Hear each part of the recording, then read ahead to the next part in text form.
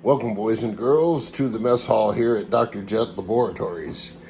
We are going to do a multiple part video today. I was actually planning on running the boats today, but now I have to go to Fallbrook and do some stuff at the hangar, and I got to go look at a piece of property that I did a field fail on in 1977. And some woman wants a 7-bedroom house on this lot that won't support a 1-bedroom house. You know, people have real pipe dreams. Anyway, I've been having the darndest time with this hatch. You know, every time I shoot a coat of clear on it, it crinkles. So I got a coat of black on there. I'm going to let it dry for a few days.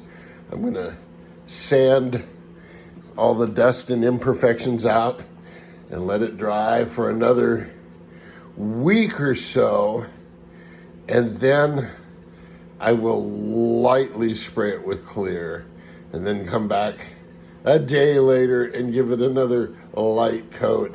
I've got to be real careful. I don't know why this particular piece wants to craze.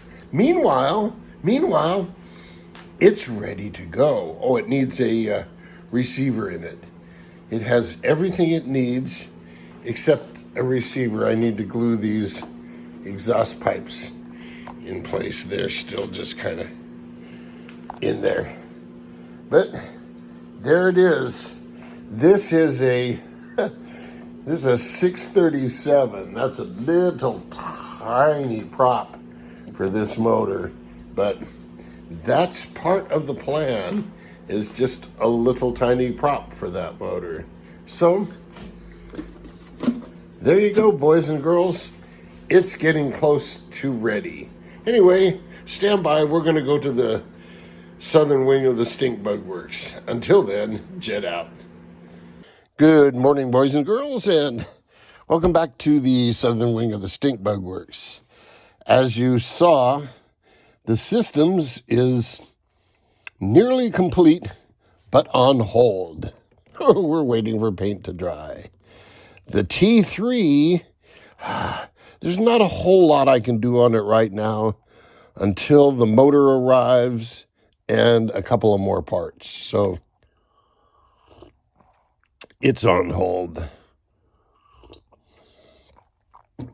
Everything else I have is pretty much ready to go, other than just minor bench tunes and lubrications.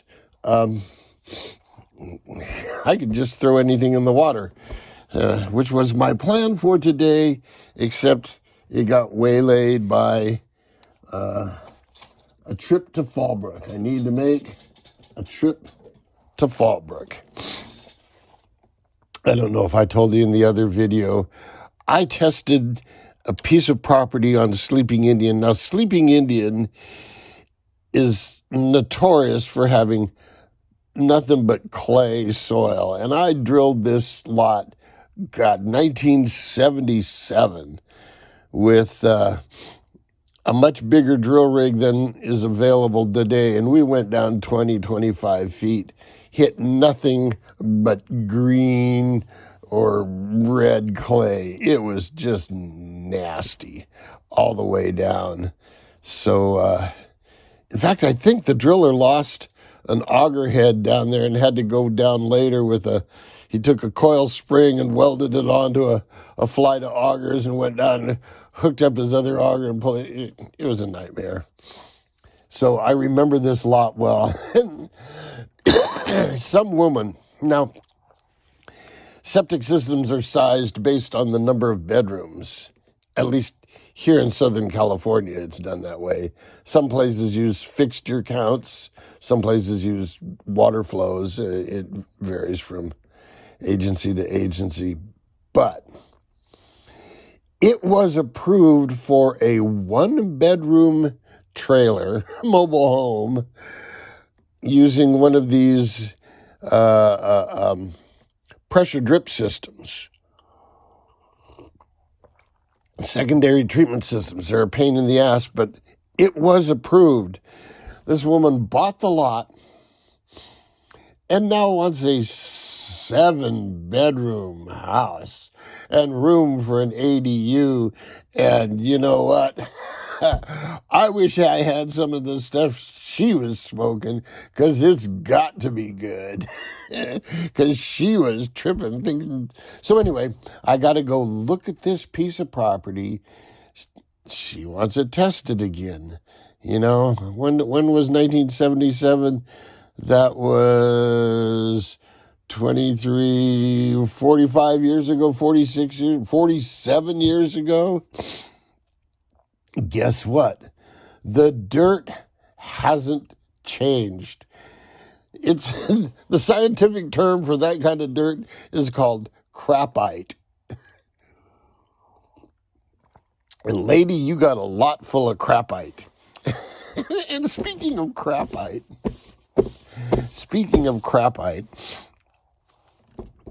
I'm playing around with this Depron rigger. I think this might be fun. This stuff is stupid light, but here's a problem, and here's what I think I'm going to use for a solution. This stuff's really light, and somehow I need to mount a rudder to it and a turn fin. Now, this rudder just has a couple of little bolts real close together. Now, if I were just to bolt this to this piece of Depron, and then I happen to be carrying it in the house, and I just happen to bump into a table, it would rip the rudder right out of there. Not to speak of hitting an alligator or a turtle, boom. So there's a lot of loads on these two little screws going through this rather lightweight material. So I got to spread the load out to make it work. So here's my plan. I'm going to take a thin piece of, do I have any over here? A thin piece of, no I don't. A thin piece of G10 and glue it to this side. And then another thin piece of G10 and glue it to that side with epoxy. Epoxy that sucker in there. And then come in here and drill for like a 5mm carbon fiber tube. Epoxy that in, cut it off flush, sand everything flush, and then a 5mm tube will have a 3mm hole. So I'll have these two fiberglass plates with spacers between them that I can tighten the nuts down, and the nuts won't crush the Depron, they'll crush the carbon fiber tubes. And so everything will just be kind of spreading the load out for those G10 plates out here, and everything will be bolted tight to that, but it won't be crushing this. And so that's my plan for that. The sponsons, I'm just going to make two thicknesses of this stuff. It's more than a quarter and less than 3/8. Although this one looks a shade thicker than that one. Yeah. Anyway, that's my inventory of Deprons. So I'm going to make something like this. If it works, yeah, I'll give you guys the plans. I mean, look, here's what I'm looking at. 1, 2, 4 bulkheads out of this stuff, all the same width. So you cut them all to width, cut them to length. 2 fuselage, two tub sides made out of the next size down. We'll make that the tub sides. I might make the first 3 bulkheads out of this and the transom out of this thicker one. But this will be the sides and the bulkheads. And that's basically the tub. And the sponsons are just going to be 2 layers of this glued together. So, one other thought too. I initially thought of just gluing the booms in like I did on the wooden shrimp boat to save weight. But because this thing's kind of prototypical and we really don't know what it's going to do, I like the option of being able to remove the sponsons and replace them. That way, I could effectively make the boat longer or shorter by playing with the sponsons. Follow what I'm saying? Move these holes up, make the boat shorter, take this ride surface and move it back. So just having replaceable sponsons gives you a whole bunch of options, in tuning. So I'm going to make those easily replaceable.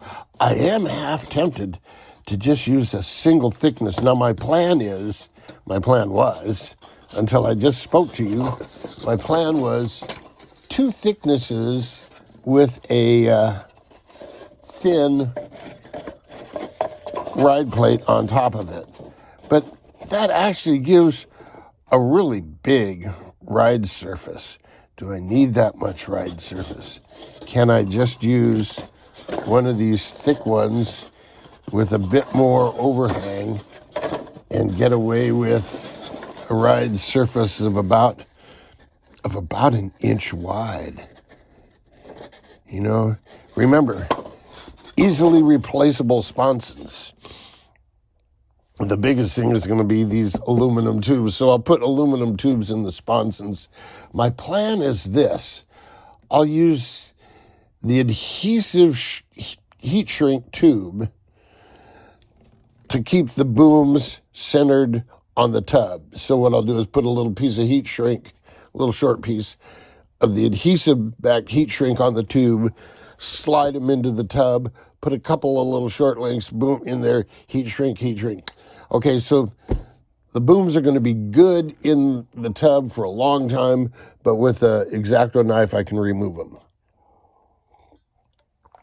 Then I'll do the standard aluminum tube overhanging a little bit and wrap them with tape. This thing's so light, will be so light, I can get away with that. And once things are finalized, I can do something more permanent. I don't really like drilling holes in sponson boom tubes just because. It's a structural member, and that little tiny hole in that tube does weaken it considerably. So, of course, it's out at the end where you can afford to lose that. But still, I'm going to go with the tape.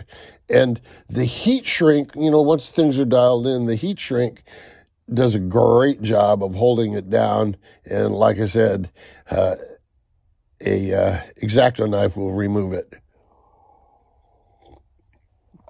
So there you go, a long video today of some stream of consciousness coming from the Stink Bug Works here at DeproJet Laboratories.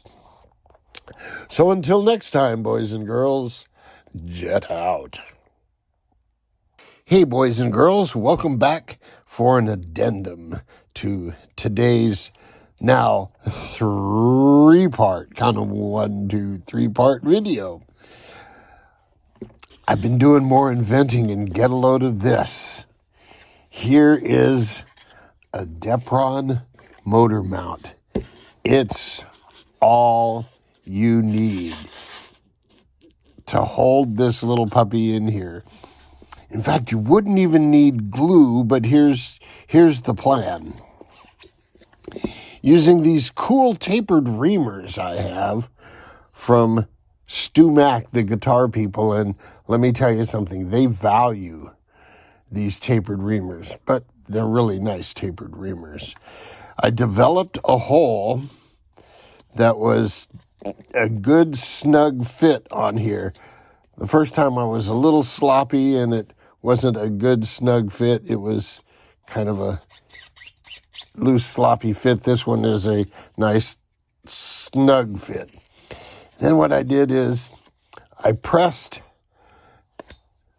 the screws in till they left little dents, and I just took a brass tube and drilled out those holes. Now, here's what I think might be an added benefit of that.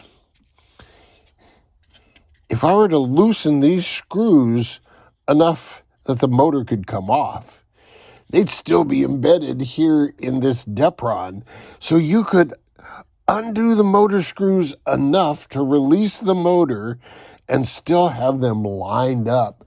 So when you go to put the motor in the next time, you just put your wrench on the end of them, push them in, and away you go. So that's an added benefit. In fact, I might make the motor mount out of this thicker material just so I have more room to capture those nuts and keep them forever embedded in there. And of course, if you got to take it all out, it's Depron. It's out. So just a little update. We're doing some more inventing. I think this is going to be cool. And the rigidity of this whole unit, I don't need a extra heavy motor mount. That's more than enough. All it has to do is keep the motor from moving up and down and side to side. Well, that's what it's doing. Until next time, boys and girls, jet out.